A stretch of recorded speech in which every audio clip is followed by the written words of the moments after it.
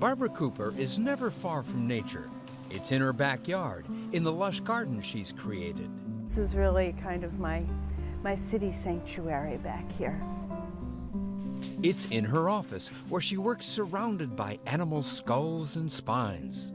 I learned by observing things in nature. And it's reflected in her art, from soaring sculptures in stainless steel, to churning charcoal drawings, to tree-like structures composed of layers and layers of wood veneers. For Cooper, the layers represent growth and the transformation from fragile to resilient. These are all materials that would have been put out in the trash. Sawing, gluing, stapling. Cooper works in her studio, recycling the industrial waste from wood shops. She returns these cast-off veneers to an organic form, underscoring nature's ability to regenerate. You spend a lot of time observing trees. Mm-hmm. Why? I see the trees as a metaphor, almost a stand-in for the body. They have a certain kind of gesture and an implication of movement. They kind of embed a history into them, and then thinking about our own process of aging and how our own bodies carry a gesture, it carries our sense of history.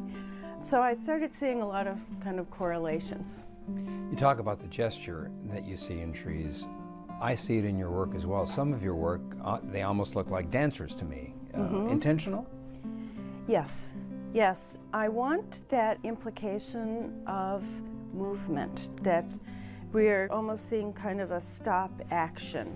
And rather than something that's static, we're seeing in the process, something in the process of healing, opening, closing, twisting, moving, whatever that gesture might be, because I feel that that quality of movement really lies at the heart of what life is about.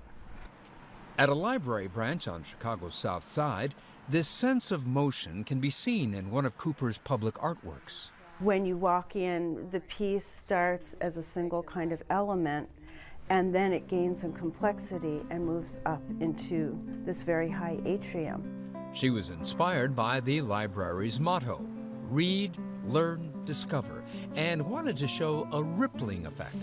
To me, that was where you might start off reading a few lines, and then your world keeps expanding as you learn and discover. And so I wanted to embody that into form. At a Chicago L stop, Cooper has a public artwork in two parts. This stainless steel and brass sculpture reflects her idea that a train is an electric line that connects neighborhoods in the city. Steps away, her glass mosaic of intersecting circles represents the motion of people flowing down the stairs. It is reminiscent of the concentric rings that form after a pebble is tossed in water. Cooper's introduction to nature came from her father, who was a professor of biochemistry when she was growing up in Cleveland. Some of the science books she found in his library have become her Bibles. For inspiration, Cooper often travels.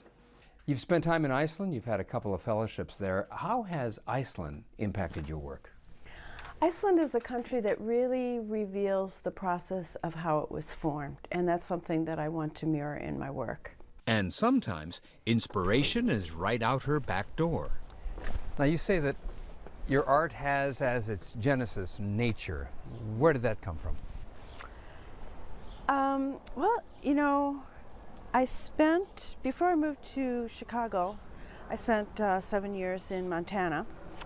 And I think it was very formative in that kind of the mountains were all around me and ever present. And I spent a lot of time outside. And then moving to Chicago and not really having nature around made me feel the lack of it. And I think a lot of times as artists, we make what we don't have.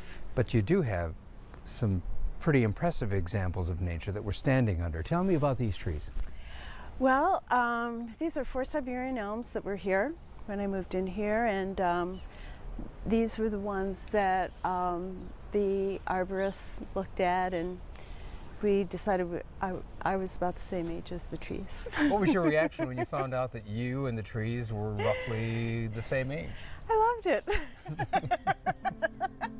For Cooper, the focus is on the process, a process of growth, evolution, and transformation, a process that always begins with nature.